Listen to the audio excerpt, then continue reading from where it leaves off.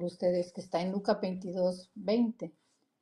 Amén, amén. Entonces, estamos viendo la cena de la comunión, el significado de la cena, por qué celebramos la cena, por qué es tan importante este evento. Recuerden que la iglesia solo tiene 2 actos ceremoniales a manera de ordenanza. Lo que la iglesia católica le llama liturgia, bueno, nosotros le llamamos también liturgia. Lo que la iglesia católica le llama sacramentos, y lo es, ¿verdad? Un sacramento es algo sagrado. Nosotros celebramos 2 sacramentos, pero no le llamamos sacramentos, aunque lo son, le llamamos ordenanzas litúrgicas. Solo son 2. Creo, pues yo nunca estuve en la línea. Y usted dijo de que pacto está siendo abolido, ¿verdad? El pacto que es abolido es el antiguo pacto.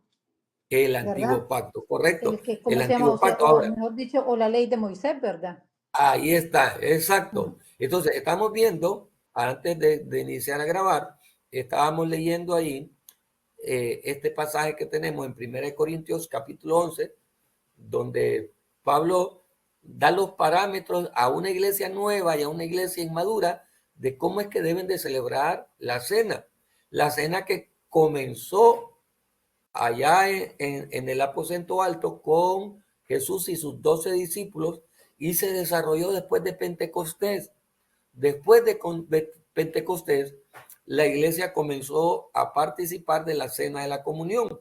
Si nosotros vemos inmediatamente en el día de Pentecostés, el mensaje de Pedro, la conversión de los 3,000, y ahí comienza la iglesia nueva, el nuevo grupo de hombres y mujeres que Dios está preparando. Ese nuevo grupo de redimidos se llama iglesia. Y entre las cosas que la iglesia inicia es con el partimiento del pan y la comunión. Entonces, la cena de la comunión fue un acto que estuvo al inicio con la iglesia primitiva y se mantiene 2000 años después, pero entendemos que es una ceremonia, una ordenanza ceremonial para la iglesia. La Biblia solo tiene 2 ordenanzas ceremoniales, 2 ordenanzas: el bautismo en agua y la cena de la comunión. Esos 2 eventos deben de tomarse con mucho respeto, con mucha devoción. Todo cristiano debe bautizarse y todo cristiano debe celebrar la cena de la comunión. Entonces vamos a ver por qué es tan importante la cena de la comunión, porque es el conmemorativo para un nuevo pacto, porque el primer pacto se abolió. ¿Y cuál es el primer pacto? La ley de Moisés. La ley de Moisés. Ahora, ¿cuándo se dio el primer pacto? Vamos a ver. ¿Cuándo se promulgó la primera alianza o el primer pacto?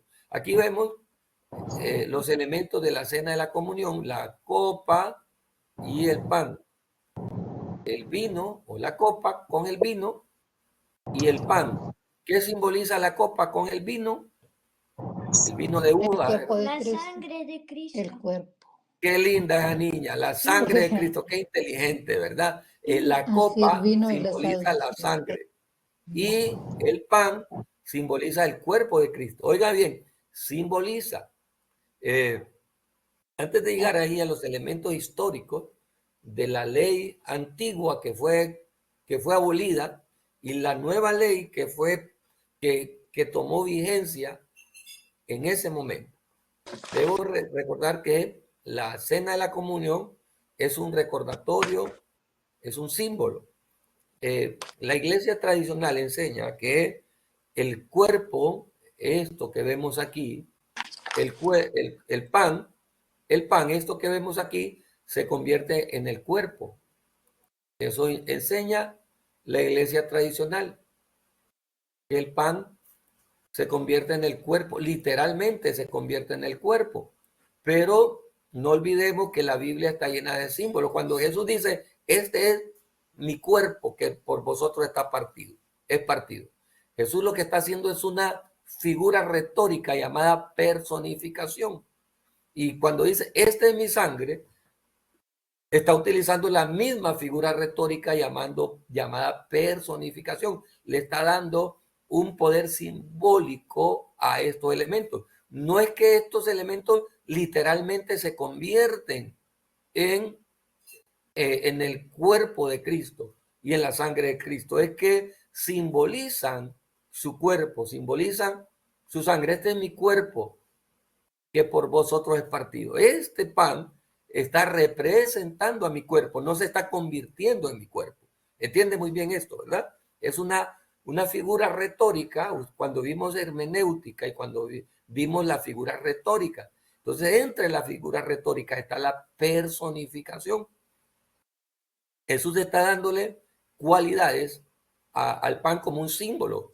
Mi símbolo, mi pan, mi cuerpo representa el pan y el vino representa mi sangre que fue derramada y mi cuerpo que fue herido.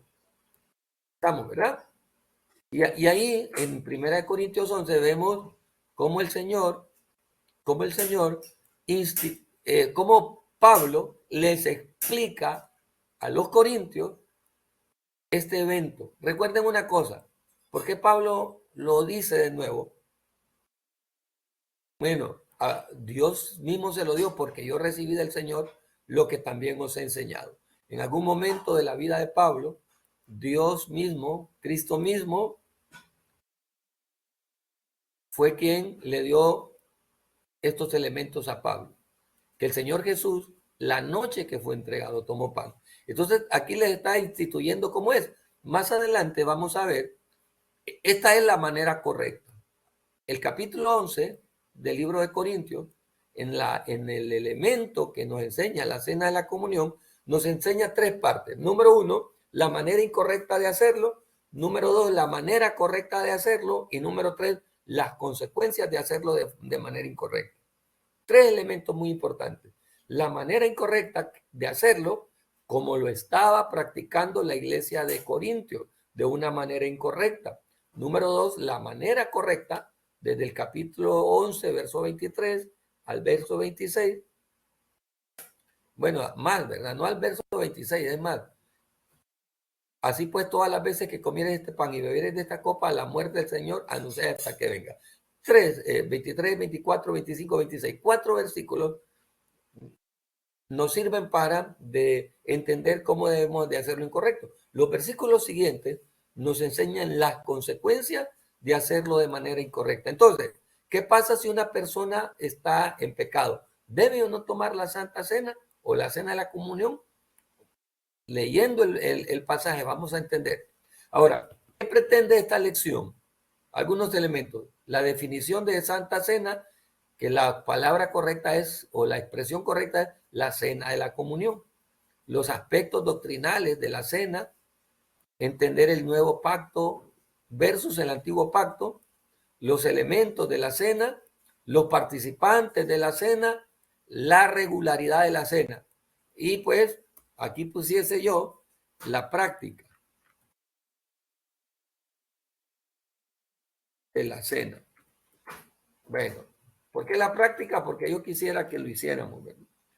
Yo sé que estamos virtual y yo entiendo que si todas están, las hermanas que están en este chat y en esta plataforma y en esta clase de MEC pastoral, lo participaron.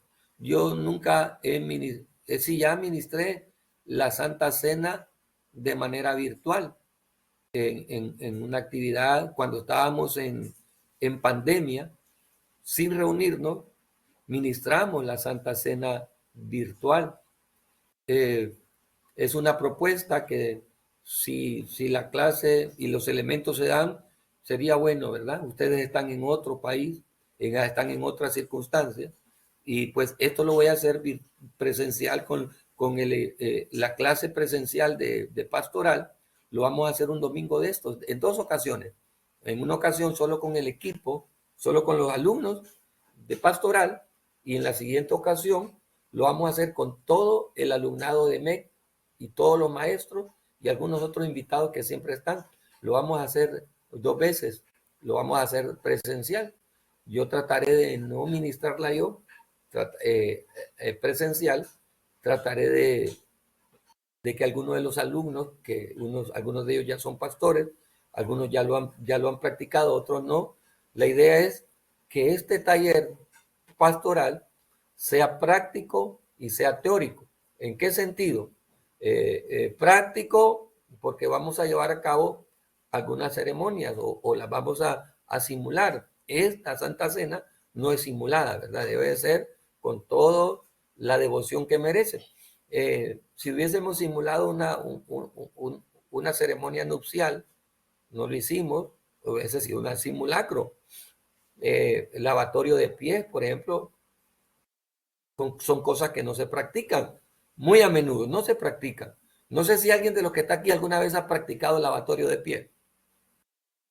No lo podemos hacer de una manera. Estamos virtuales y para eso no se puede, ¿verdad? Es imposible. Y algunos otros elementos, pero la cena del Señor creo que sería sano para nosotros como equipo participar, preparar usted el pan y la copa, y si usted tiene un familiar cerca de usted, pero vamos a encender las cámaras. Yo he sido bien indulgente, ¿verdad? De permitir que las cámaras estén apagadas, pero en ese momento uno de los requisitos, ¿verdad? Fuera del texto es que las cámaras estén encendidas y que participemos de la cena con la cámara encendida. Yo he sido indulgente, algunos maestros no lo son, ¿verdad? Otros maestros permiten que las cámaras estén encendidas, yo no, ¿verdad? Pero en ese momento de la cena sí, deberemos estar con la cámara encendida, tener la ceremonia como es. Ahora, ¿quién debe participar en la cena? Un cristiano debe abstenerse a participar de la cena del Señor porque siente que está en pecado, que dice la Biblia sobre eso. Vamos a ver algunos elementos, pero antes necesitamos saber qué es la cena. Es, como dijo la hermana Odilia, antes de que entráramos a la grabación, es la Santa Cena, es la última cena del Señor que tuvo con sus discípulos, conmemorando un nuevo pacto. Eso es la Santa Cena, es la conmemoración de un nuevo pacto. ¿Y cuáles son los elementos? El pan y la copa con el vino, ¿verdad? ¿Quiénes deben de participar? Ya lo vamos a ver más adelante. Pero vamos a ver ahí quiénes, de dónde ven. Mire, tomando la cena indignamente. De manera que cualquiera, voy a hacer más grande el texto aquí, de manera que cualquiera que comiere, mire cómo dice, este pan o bebiera esta copa del Señor indignamente, será culpado del cuerpo y de la sangre del Señor. Por tanto, pruébese cada uno a sí mismo. Ya leyó, ¿verdad? Y no coma. Si está en pecado, no coma. Así dice. Vamos a ver. Hermana Scarlett, así dice el texto. Si está en pecado, no coma. No puede comer, no debe comer indignamente la cena. Sí, pero ¿qué dice? Si está en pecado, no coma. Así dice.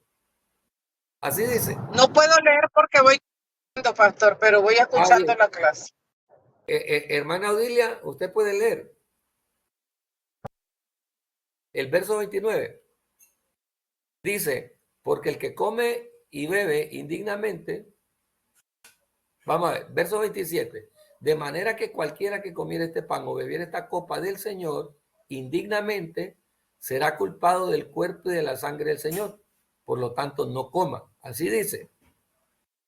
No, ¿verdad? No dice así. ¿Cómo dice? Dice, por tanto, pruébese cada uno a sí mismo y coma así del pan y beba de la copa. O sea, ¿qué es lo que está diciendo? Que no es una opción el no participar. No es una opción. Entonces, ¿qué debo de hacer yo?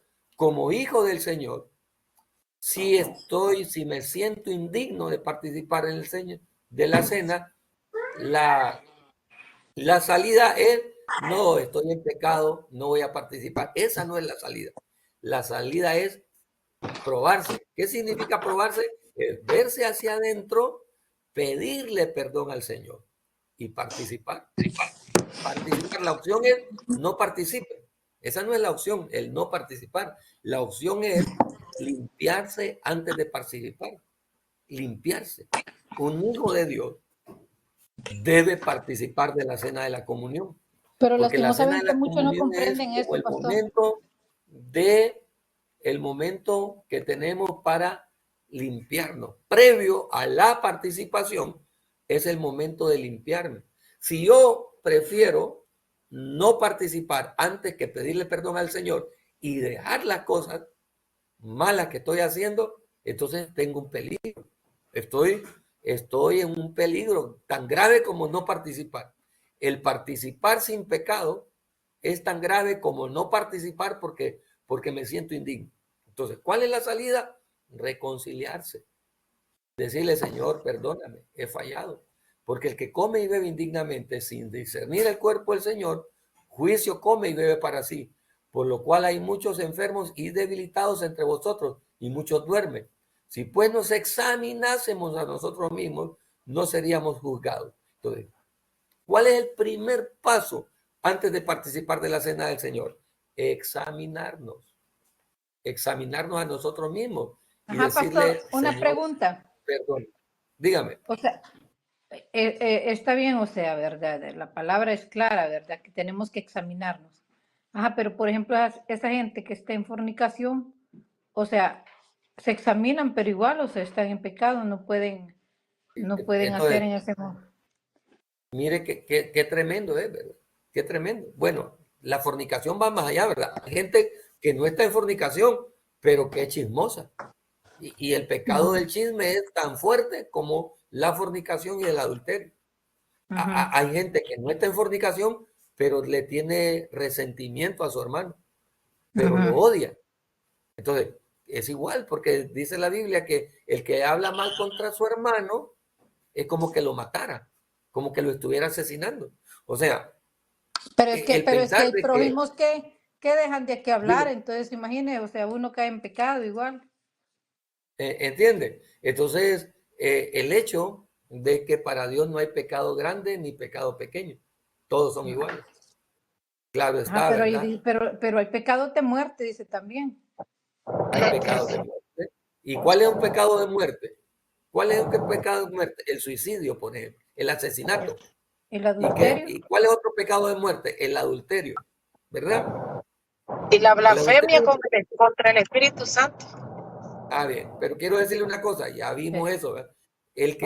Un cristiano que está en el Señor no puede cometer la blasfemia contra el Espíritu Santo, porque la blasfemia contra el Espíritu Santo, lo que ya un estudio más profundo, lo que conlleva es Amén. la apostasía. ¿Qué se necesita para cumplir la blasfemia contra el Espíritu Santo? Apostatar de la fe. O sea, renunciar a la sangre de Cristo, al sacrificio de Cristo. Es decir, yo fui hijo de Dios, pero ahora lo rechazo. Va más allá de un pecado de la carne, es un pecado del espíritu, es decir, rechazo al que me salvó. En eso consiste la blasfemia del Espíritu Santo. Va más allá, ¿verdad? Pero, digamos, ¿el adulterio es pecado? ¿Es un pecado de muerte? Sí, es un pecado de muerte. Y en el Nuevo Testamento, ¿en qué consiste el adulterio? En ver una mujer para codiciarla, en ver un hombre para codiciarlo, en desear el hombre ajeno. Aunque no llegó al acto, ya cometió adulterio, ya pecó, ya es un pecado de muerte. Entonces, el homicidio es pecado, sí. Usted le habló mal a su hermano, dijo una palabra fuerte contra su hermano, odia a su hermano, está resentido contra su hermano, usted cometió un pecado de muerte. Porque el desearle mal al prójimo es como el suicidio. Mire, entonces no hay pecado pequeño, porque para Dios en el nuevo pacto, ese pacto que se instituyó en ese momento, unas horas previos a que fuese vendido, fuese entregado por uno de sus discípulos, establece los parámetros. Establece. Entonces, yo creo de que solo porque no estoy en adulterio, no estoy en fornicación, yo estoy en una mejor condición que el otro, pero si yo levante una falsa acusación contra alguien, si yo odio a alguien, si yo codiceo a alguien, si yo deseo algo de alguien, ya cometí como que fuera la ley del antiguo pacto. Entonces, cada uno pruébese a sí mismo. Ahora, Perdón, dígame. puedo. Bueno, Sí puede, pastora Scarlett. eso es muy delicado, ¿verdad? Digamos, cuando dice ese, y no es que en ese momento, ay, Señor, perdón porque estoy en fornicación, o perdón, hablé mal de la otra, voy a ir a tomar la Santa Cena. Yo creo que tampoco es así tan fácil. ¿Por qué? No, Porque tampoco. yo le puedo pedir perdón a Dios, pero tal vez yo tengo que pedir perdón a la otra persona que me ofendió, que ofendí. También, Entonces, también. no es solamente como que ya hay que, No, mi nuera, por ejemplo, la novia de mi hijo, yo sé que está en fornicación, pero ella le encanta ir a tomar la Santa Cena. Y ellos dicen, bueno, pues pónganse a cuenta, pidan perdón. Ah, ok, yo forniqué ayer o antier, pero yo pido perdón y voy a seguir fornicando, pero ahorita te pido perdón. Eso no es así tan fácil, ¿no? No es así, claro que no. Es pedir perdón para no volver a hacer esa falta, para no volver a caer en esa falta. No debe de participar. O sea, la intención de participarla es previo pedir perdón y no volver a cometer esa falta. Separarse. O sea, no puede, no se puede, no se debe. Y es lo mismo con el rencor, ¿verdad? Es lo mismo. Ve lo difícil que es la cena de la comunión. Y la Biblia dice que debemos de hacerla continuamente. Continuamente. La iglesia primitiva lo hacía una vez a la semana, el primer día de la semana. Por eso Pablo pastor, dice, ¿y cómo hacen esos siervos, pastores, para que tienen congregaciones grandes y todo, que andan allí, ¿cómo se llama? Con tanto rencor, con tanta falta de perdón, porque pues, ay, bien, se van acumulando, hermano. y comen y después y empiezan a tomar la Santa Cena como si nada fuese, Pero, tranquilos, o sea, y todo, o sea, mire, y no solamente empiezan a tomarla, empiezan a ministrarla. me Por eso imagino, debemos de eso tener es lo más cuidado. triste. ¿Sí? Pastores en adulterio, pastores en pecados ocultos o ministros, ¿verdad? Ministros en pecados ocultos participando y celebrando la cena. Ahora, ¿qué es lo que están haciendo? Ahí está la consecuencia. Porque el que come y bebe indignamente sin discernir el cuerpo del Señor, juicio come y bebe para sí, por lo cual hay muchos enfermos. Hay enfermedades espirituales que no se echan de ver al inicio y se van manteniendo, por lo cual hay muchos enfermos y debilitados entre vosotros, y muchos duermen. Muchos ya murieron a causa de ese pecado. Pero ¿qué dice la Biblia? Si pues nos examinásemos a nosotros mismos, no seríamos juzgados. Mas siendo juzgados, somos castigados por el Señor para que no seamos condenados con el mundo.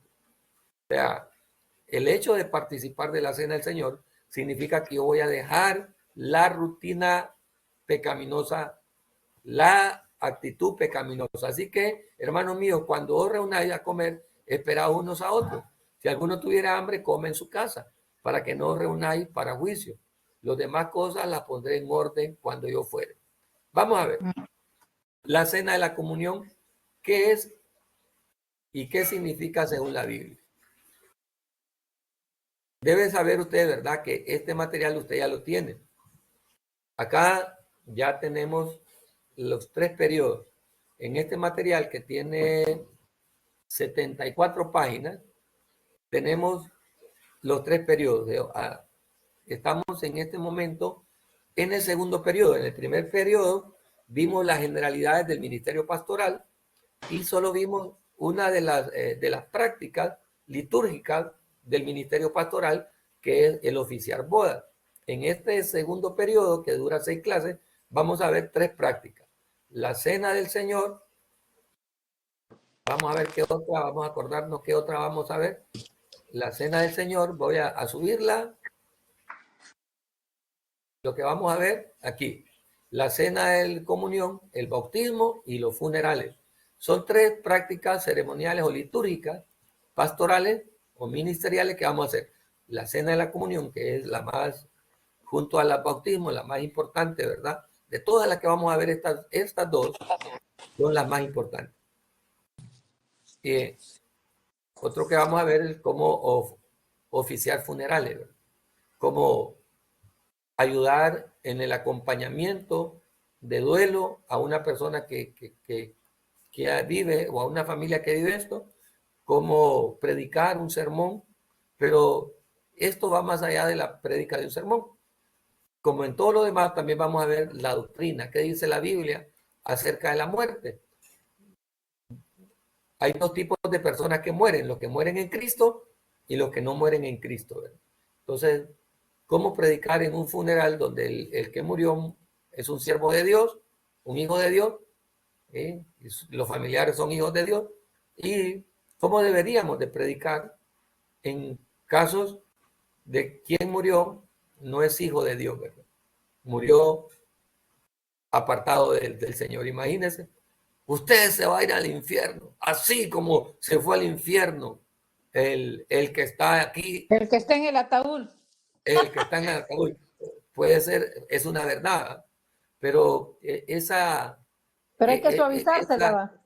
esa inteligencia espiritual para poder decir las cosas de la manera correcta, porque ¿qué vamos a hacer con el que ya está ahí adentro? Mandarlo al infierno ya no podemos, sino revivirlo. cómo trabajar el corazón de los que quedan vivos, ¿verdad?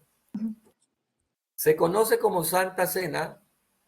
Bueno, esto no es mío, ¿verdad? Yo solo lo saqué prestado de alguien más en la red. Yo no le llamo Santa Cena, o sea, sí le llamo, pero no, es mejor la Cena de la Comunión. Se conoce la Santa Cena o la Cena de la Comunión, el momento en que en la iglesia el pueblo de Dios participa del pan y del vino en memoria del sacrificio de Jesús en la cruz. Jesús mismo instituyó esa celebración o memorial como un recuerdo tangible del nuevo pacto establecido por él. Encontramos el texto bíblico sobre la institución de la Cena del Señor.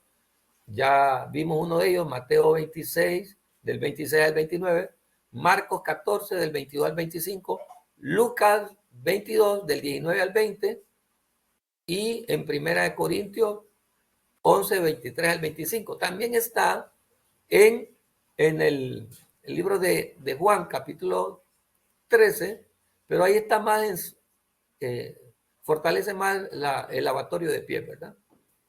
La noche antes de su muerte, Jesús se reunió con sus discípulos para celebrar la cena de la Pascua judía. Es muy importante este elemento, la cena de la Pascua judía. ¿Qué conmemora la cena de la Pascua judía?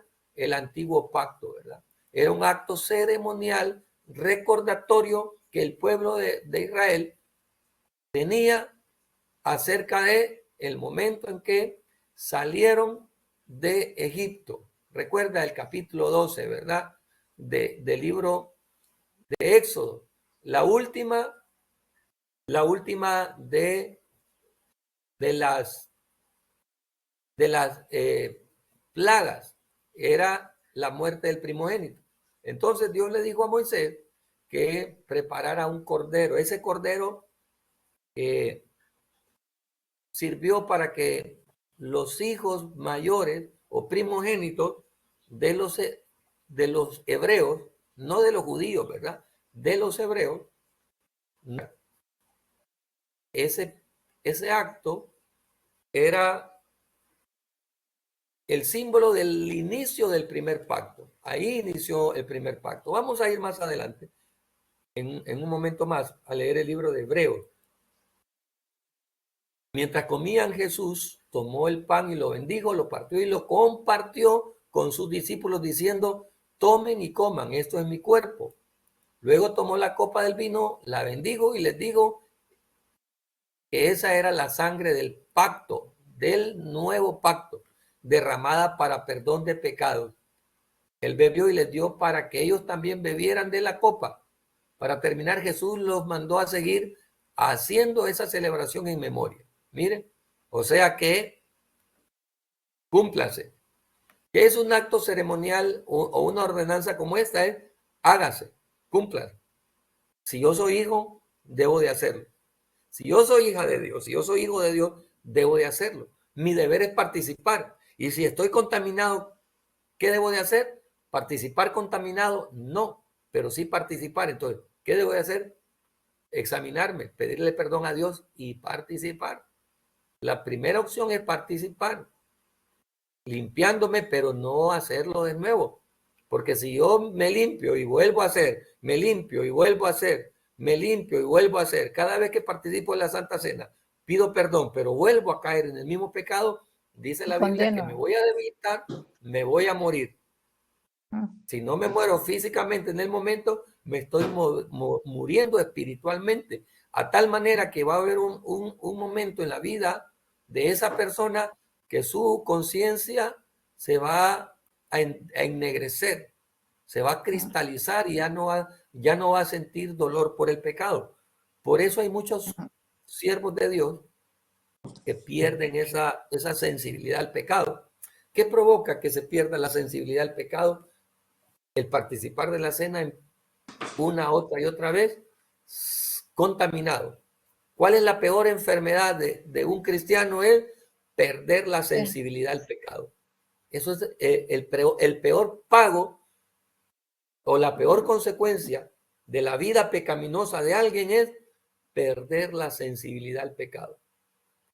El fallar y ya no sentir que su conciencia le redarguye. ¿Cómo se le llama en los términos coloquiales bíblicos cuando alguien ya perdió la sensibilidad al pecado? Que peca y ya no siente dolor, ya no siente pena. ¿Cómo se le dice? ¿Cómo se le dice? Como cuando alguien se quema, hay un instrumento utilizado que es para soldar cables de electricidad o cables de informática, ¿cómo se llama? De computadoras. Se llama Una cautín. tenaza, ¿no? Es un cautín. ¿Qué hace un cautín? Es como la tenaza, ¿va? Sí, es como una aguja que el cautín. ¿Qué hace el cautín? Cauteriza. Miren, cuando nosotros pecamos continuamente, tenemos el peligro de cauterizar nuestro corazón. Eso es la peor consecuencia de participar de la cena, la peor enfermedad de participar de la cena del Señor indignamente es que nuestro corazón se cauteriza y ya no siente que está pecando. Hay muchos hombres de Dios utilizando el púlpito, utilizando el altar sagrado y ya no sienten el pecado escondido que tienen. Los cristianos de la primera iglesia celebraban la cena de la comunión a menudo. Ellos se reunían con frecuencia para animarse los unos a los otros, orar juntos y participar del pan y del vino. Algunos de los nombres bíblicos para la Santa Cena son la Cena del Señor, la Mesa del Señor y el partimiento del pan. Hay dos elementos esenciales en la Cena del Señor, el pan y el vino. Fue lo que Jesús usó con sus discípulos. Y aunque son solo símbolos, su significado es muy especial. El momento de la Santa Cena no debe tomarse a la ligera. Es un acto específico de obediencia en el que debemos enfocarnos con todo nuestro ser, con toda nuestra mente, con todo nuestro espíritu, con todo nuestro cuerpo. Con nuestra mente recordamos que a Jesús y su sacrificio en la cruz a través del cual recibimos salvación. Con nuestro espíritu conectamos con el Espíritu Santo de Dios para disfrutar de su presencia y de expresarle nuestra gratitud. Con nuestro cuerpo comemos el pan y bebemos el vino, lo cual nos ayuda a recordar su sacrificio. ¿Qué simboliza el pan? El cuerpo. ¿Y qué simboliza el vino? La copa, ¿verdad? La sangre. El vino y la copa simbolizan la sangre. ¿Cuál es el propósito de la cena del Señor? Es un acto de obediencia, es un acto de fe, es un recordatorio y hay muchas cosas. Bueno, estamos ya al límite de la clase. Su servidor tiene que estar a 40, a 35 kilómetros del lugar donde está dentro de 40 minutos, dentro de una hora.